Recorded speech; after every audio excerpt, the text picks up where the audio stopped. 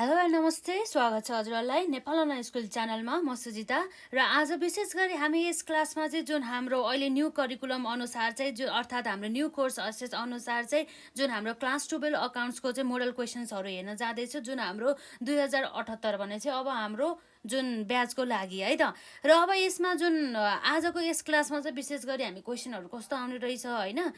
त्यो भनेर मात्रै हेर्छौँ भनेदेखि अर्को पार्टमा चाहिँ हामी विशेष गरी चाहिँ त्यो सबै जुन हाम्रो क्वेसन्सहरूको चाहिँ सबै नम्बर अनुसार चाहिँ हामी त्यसको सल्युसन गर्दै जान्छौँ है त। र अब क्वेसन्स हेरिहालौँ कस्तो आउँदो रहेछ भनेर, र यो सबै चाहिँ हजुरहरूले स्क्रिनसट पनि गर्नु होला। अब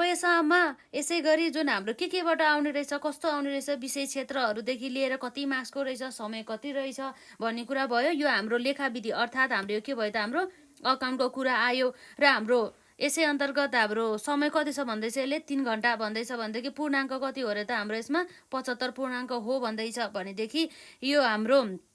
कोड भयो, यो चाहिँ अकाउन्टको कोड भयो भनेदेखि यो सबै चाहिँ हाम्रो चाहिँ अब के आउने रहेछ भनेर चाहिँ सबै कुराहरू चाहिँ यसमा चाहिँ अब यति मार्क्सबाट होइन यति अति नै छोटो उत्तरबाट यो भनेको छ भनेदेखि यसमा यसले हाम्रो यो द्रष्टव्यबाट हामीलाई के भनेको छ भन्दा चाहिँ अति छोटो प्रश्न 1 अङ्कको हुनेछन् र सकेसम्म सबै एकाइ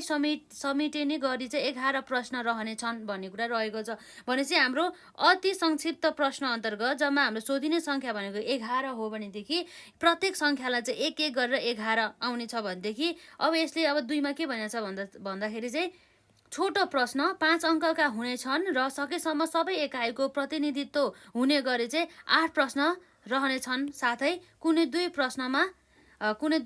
विकल्प दिन सकिनेछ भन्ने कुरा भयो। अब विकल्प पनि सोध्ने रहेछ यसमा भने मतलब हामीलाई अल्टरनेटिभ्स पनि दिने भयो, एउटा आएन भनेदेखि अर्को चुज गर्न पाइयो भन्ने कुरा भयो है। भनेपछि छोटो उत्तर आउने प्रश्न जम्मा 8 वटा र पूर्णाङ्क हाम्रो 40 भने चाहिँ 5 मार्क्सको भने चाहिँ 8 5 40 भइहाल्यो नि त होइन। 5 8 जा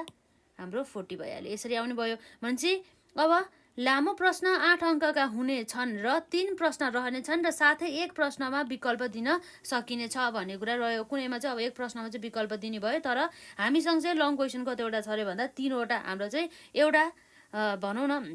हाम्रो एउटा क्वेसन्सलाई चाहिँ एउटा मार्क्स क्वेसन्सको चाहिँ कति रे 8 भने चाहिँ 8 यहाँ 24 गरेर हाम्रो 24 मार्क्स हुन्छ अरे भनेदेखि अब हाम्रो अर्को यो पोइन्ट नम्बर 4 ले के भन्छ भन्दा ज्ञान तहमा पूर्णाङ्कका 20%मा नबढ्ने गरी उच्च दक्षता तहमा 20%मा नघट्ने गरी र अन्य तहमा आवश्यकता अनुसार प्रश्न रहनेछ भने मतलब जे होस् ओभरअल सबै अनि क्वेसन्सहरूलाई समेट्ने पनि गर्ने भयो। प्लस हाम्रो चाहिँ यसमा के भन्ने भयो त, ज्ञान तथा तहमा चाहिँ पूर्णाङ्कका 20%मा नबढ्ने गरी चाहिँ उच्च दक्षता तहमा चाहिँ 20%मा नघट्ने गरी र अन्य तहमा आवश्यकता अनुसार प्रश्न रहनेछ भन्ने कुरा भयो। र हाम्रो यो 5 नम्बरले पोइन्ट नम्बर 5 ले के भन्छ भन्दा सबै तहमा विषयको प्रकृति र आवश्यकता अनुसार अति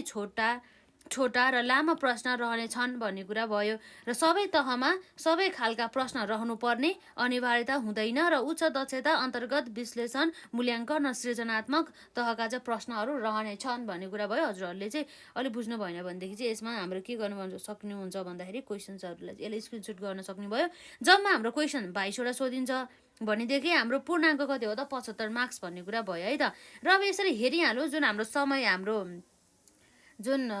समय 3 घन्टा भए पनि हाम्रो पूर्णाङ्क चाहिँ कति छ 75 छ भनेदेखि अब ग्रुप एमा समूह कमा चाहिँ हामीले चाहिँ के सोध्दैछ भन्ने कुरा अब यसो हेरौँ है त। परीक्षार्थीले सकेसम्म चाहिँ आफ्नै शब्दमा मौलिक उत्तर दिनुपर्ने छ भन्ने कुरा भयो। सकेसम्म हामीले चाहिँ आफ्नै मौलिक उत्तरहरू दिनुपर्ने छ भन्ने कुरा भयो। र किनारामा दिएका अङ्कले पूर्णाङ्कलाई जनाउँदछ भने मतलब यसले चाहिँ पूर्णाङ्कलाई जनाउँछ भन्ने कुरा भयो। The candidates are required to give their answers in their own words as far as practicable. The figures in the margins indicates full marks भन्ने कुरा भयो है त। यो कुराहरू भयो। यसमा यो 75 मार्क्स र हाम्रो यसरी चाहिँ सबैहरू चाहिँ मार्क्स कति आउँछ कुन क्वेसन अनुसार भइहाल्यो। र समूह कमा अघि भनिसक्यो हाम्रो ग्रुप एमा हाम्रो के आउँछ भन्दा हामीलाई अप्सन आउँदैन रे। हाम्रो 11वटा क्वेसन आउँछ र प्रत्येक अनि क्वेसन्सको चाहिँ 1 मार्क्स छ भन्दैछ है। भने मतलब 11 मल्टिप्लाई बाई 1 भनेपछि 11 भनेपछि हाम्रो ठ्याक्कै क्वेसन्स पनि हामीलाई कतिवटा छ 11वटा दिएको छ। हाम्रो यसमा चुज गर्ने अप्सन चाहिँ दिएको छैन है त।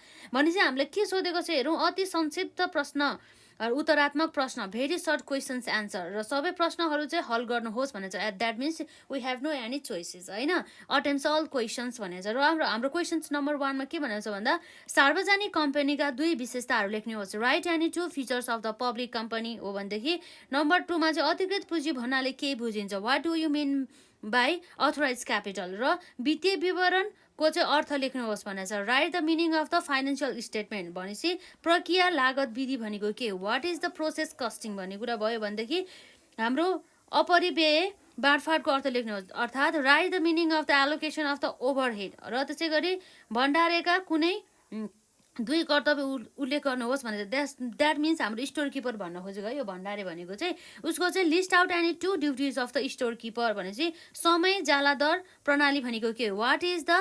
टाइम रेट वेजेस सिस्टम यो सबै कुराहरू हामी पढ्छौँ र लेखाविधिका कम्प्युटर प्रणालीको कुनै 2 सीमा उल्लेख गर्नुहोस् state any 2 limitation of the computer system in accounting भन्ने कुरा छ र 9 नम्बरमा अब हामीले एउटा यो हिसाबहरू दिएको छु सबै गर्छौँ है हामी नेक्स्ट पार्टमा चाहिँ है र अब तल दिएका सूचना एकचोटि हजुरहरूले ट्राई गर्नु होला यस्तो क्वेसन आउँछ भने यसो एनालाइसिस गर्नु होला होइन आफूले कति गर्न सकिन्छ भनेर प्र्याक्टिस गर्नुहोस् होइन अनि त्यसपछि हामी नेक्स्ट क्लासमा गरि नै हाल्छौँ नि है र आफूले मूल्याङ्कन गर्नुहोस् न मैले कतिसम्म आउन सक्ने रहेछ मेरो क्षमता भन्ने कुराहरू है त तल दिएका सूचनाका आधारमा अप्रत्यक्ष विधिबाट सञ्चालन क्रियाकलापको नगद प्रवाह निकाल्नुहोस् from the following information calculate cash flow from the operating activities under indirect method भन्ने कुरा भयो र यो सबै डिटेलहरू दिएको छ यसलाई हामी गरि नै हाल्छौँ भनेदेखि हाम्रो अब 11 मा के भन्दैछ भन्दा यदि वार्षिक परिमाण 1 लाख एकाइ र आदर्श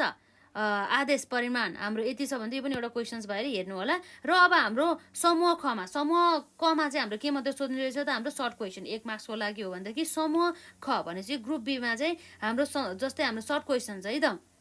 भेरी सर्ट क्वेसन्स नभएर चाहिँ संक्षिप्त उत्तरात्मक प्रश्नहरू अर्थात् सर्ट एन्सर्स क्वेसन भन्ने कुरा भयो यसमा पनि के भनेको छ भन्दा सबै प्रश्नहरू हल गर्नुहोस् अटेम्प अल द क्वेसन्स भनेको छ यसै अन्तर्गत पनि जस्तै एउटा क्वेसनको लागि के छ त भन्दाखेरि हाम्रो यसमा 8वटा क्वेसन सोधिन्छ जसमा चाहिँ हाम्रो 5 मार्क्स भनेर जस्तो लाग्छ है यसमा है हो 8वटा क्वेसन जसको लागि चाहिँ हाम्रो 5 मार्क्स भन्ने कुरा भयो भने चाहिँ टोटल हाम्रो 40 भनेपछि अति नै इम्पोर्टेन्ट अर्को पोइन्ट हाम्रो ग्रुप भनेको त ग्रुप ए त हामीले मिलायो भनेदेखि त हाम्रो 11 आउने भइहाल्यो र ग्रुप बी पनि हामीले मिलायो भनेदेखि 40 होइन 40 + 11 हाम्रो 51 होइन पास त भइहाल्यो नि र त्यसै गरी हाम्रो 12 नम्बरमा यो क्वेसन्सहरू दिएको छ यसमा चाहिँ कुन क्वेसन्स बाट सोधेको छ भन्दा चाहिँ शेयर क्यापिटलबाट सोधेको छ यसलाई पनि हामी हल गरि नै हाल्छौँ है र 12 नम्बरलाई पनि यसो हेर्नु होला अथवा यसमा चाहिँ हामीलाई अप्सन दिएछ जसमा चाहिँ हामीलाई के भन्दैछ भन्दा त्यो आएन भनेदेखि हामीले यो पनि गर्न सक्यौँ यो क्वेसन्स है यसको जनरल इन्ट्रीहरू बनाऊ भनेको छ final call share forfeiture share reissue transfer इत्यादि भनेपछि 13 को एले पनि अब हामीलाई के भन्छ भन्दाखेरि यसमा हामीलाई कस्तो टाइपको क्वेसनहरू सोधेको छ भन्दा चाहिँ हामीले सम्पत्ति खरिद शेयर जारीको जनरलहरू प्रविष्ट गर्नु पर्यो भने मतलब general entry for the purchase of है general entry for the purchase of अनि assets and the issue of the shares भन्ने कुरा भयो र बी नम्बरले हामीले के सोधेको छ भन्दा general entry for the issue and the redemption of the debenture एकदमै सजिलो रहेको छ यो क्वेसनहरू सब हामी गर्छौँ है र 14 नम्बरमा हामीलाई यसमा चाहिँ के सोधेको छ भन्दाखेरि चाहिँ ट्रेडिङ अकाउन्ट सोधेको छ र प्रफिट एन्ड लस अकाउन्ट सोधेको छ एकदम सजिलो छ है र त्यसपछि अब हाम्रो वर्कसिट है यहाँ वर्कसिट पनि सोधेको छ हाम्रो कार्य विवरणहरू त्यो पनि हाम्रो आएछ 5 मार्क्समा र त्यसै गरी अर्को क्वेसन्स भनेको चाहिँ हाम्रो 16 नम्बरमा चाहिँ लागत लेखाको परिभाषा दिँदै यसका उद्देश्यहरू लेख्नुहोस् भनेर चाहिँ mentions the objective of the cost accounts with its definition भनेछ भनेदेखि हाम्रो 17 को एले के भनेछ भन्दा चाहिँ केन्द्रीकृत र विकेन्द्रीकृत खरिद बीचको भिन्नता देखाउनुहोस् अर्थात् differentiate between the centralise purchase and the decentralise purchase भनेछ है र नम्बर बी मा अब हामीले यसमा के निकाल्नु पर्ने छ भन्दाखेरि आवधिक मौजात पद्धति अन्तर्गत भने मतलब लिफ कुन मेथडबाट भन्दा फिफो विधिबाट चाहिँ हामीले के गर्नुपर्ने छ फर्स्ट इन फर्स्ट आउट विधिबाट चाहिँ हामीले यसरी जुन हामीले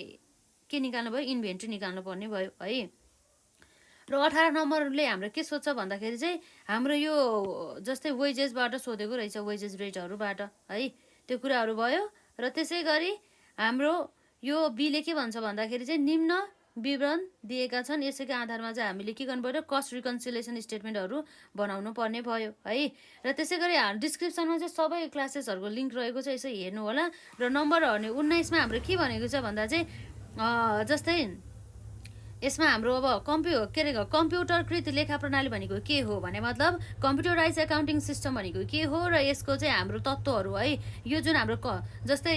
कम्प्युटराइज एकाउन्टिङ सिस्टमको चाहिँ इलिमेन्ट्सहरू चाहिँ हामीले लेख्नुपर्ने भएको छ भनेदेखि अथवा यसको सट्टामा चाहिँ हामीले के पनि सक्यो भन्दाखेरि features of the accounting software भन्ने कुरा भयो र अब समूह अनि क र ख पश्चात अब समूह ग भनेपछि हाम्रो लङ क्वेसन जुन चाहिँ जम्मा 3वटा सोध्छ भनेदेखि प्रत्येक क्वेसनको चाहिँ कति हुन्छ 8 मार्क्स हुन्छ भनेपछि सबै क्वेसनहरू चाहिँ हामीले गर्नुपर्ने हुन्छ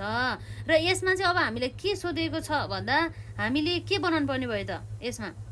NFRS अनुसार चाहिँ नाफा नोक्सान भन्छ profit and loss statement based on NFRS हामीले NFRS अनुसार त हामीले पढिसकेका छौँ क्लास 6हरूमा त्यही पनि हेरौँ र त्यसै गरी हाम्रो फाइनेन्सियल पोजिसन पनि के को बेसिसमा बनाउनु पर्यो त NFRS अनुसार यो क्वेसन आउँदो रहेछ है लङ क्वेसनमा एकदमै ध्यान दिएर हेर्नु होला यसलाई हामी गरि नै हाल्छौँ र त्यसै गरी हाम्रो ट्रायल ब्यालेन्स सन्तुलन परीक्षणहरू चाहिँ अब हामीलाई दिएको छ अथवा हामीले यसको सट्टामा के पनि गर्न सक्यौँ त भन्दाखेरि जस्तै trial balance of the company दिएको छ यसबाट हामीले के गर्न सक्यो भन्दाखेरि यो थप जानकारीहरू दिएको छ र यसैको आधारमा चाहिँ हाम्रो के गर्नु पर्यो भन्दाखेरि यसबाट पनि हामीले के भन्छ फाइनल एकाउन्टै बनाउनु पर्ने हो सबै है आर्य कम्पनीको सन्तुलन परीक्षण निम्न अनुसार रहेको छ भनेको छ यसबाट पनि हामीले के बनाउनु पर्ने भयो थप जानकारी दिएको छ है यसबाट पनि हामीले क्वेसन्सहरू गर्नु पर्यो र त्यसमा चाहिँ हाम्रो 12ले है त यसमा चाहिँ हाम्रो कम्पनी दुईटा कम्पनीहरूको यसबाट चाहिँ सबै देबाट हाम्रो क्यास फ्लो स्टेटमेन्ट हाम्रो कुन मेथड रहेछ डाइरेक्ट मेथड अघि सर्ट क्वेसनमा इनडाइरेक्ट सोधेको थियो यो लङ क्वेसनमा हामीलाई के सोध्यो डाइरेक्ट भनेपछि हाम्रो दुईटा मेथडहरू हाम्रो आउनुपर्ने रहेछ है त्यसपछि अर्को हामीले यसबाट हाम्रो के छ त कस्ट सिटहरू टेन्डर सिटहरू बनाउनु पर्ने रहेछ लङ क्वेसनमा है भनेपछि कस्ट सिटहरू टेन्डर सिटहरू पनि आउने रहेछ त्यसपछि हाम्रो क्यास फ्लो स्टेटमेन्ट डाइरेक्ट मेथडबाट इनडाइरेक्ट मेथड अनुसार र NFRS अनुसार पनि इम्पोर्टेन्ट छ भनेदेखि हाम्रो यो प्रफिट एन्ड लस अकाउन्टहरू इन्कम स्टेटमेन्टहरू ब्यालेन्स सिटहरू अर्थात् फाइनेन्सियल पोजिसन भनेको ब्यालेन्स सिटहरू हुन् होइन यी सबै चाहिँ हाम्रो केबाट आउने रहेछ भन्दा सबै हाम्रो